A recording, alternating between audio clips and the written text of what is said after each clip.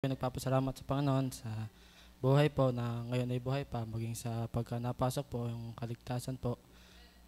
Pag-iingat po pala, di ba pala kaligtasan? Pero salamat din po sa kaligtasan binigay dahil tunay nga na hindi lahat ay nakakatanggap nito. At salamat din po dahil sa mama na lagi nagbobunga pagka umaga. Pagka hindi babangon ay talagang tuloy ang dakdak. Pagka hindi babangon ay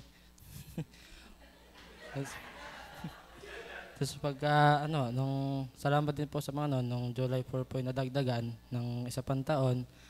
At si mama po ay nasanay nga po si mama na pagka bangon ay pagka hindi po kami nabangon kagad, siya po ay magbubunga nga. Tapos ako po ay bumangon na, di pumasok. Tapos pag uwi po, saka pa lang po siya bumate.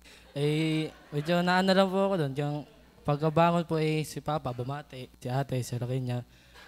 Si mama po na una pang nagbunga nga ay nung hapon na po ay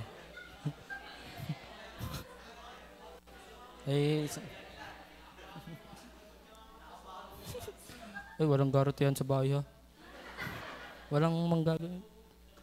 At salamat din po sa Panginoon dahil nung nag-birthday po ay wala man pong handa ay masaya pa din po. Hindi naman po sa pagkain ay wala po. Yung handa. Handa ng bunganga ni mama. Tapos nagpapasalamat din po ako sa Panginoon sa ministry po nakapagpatuloy. Lalo po sa layout ay ako po sa pagkasabado po. So Biyernes pa lang po ng gabi, nag-edit na ako.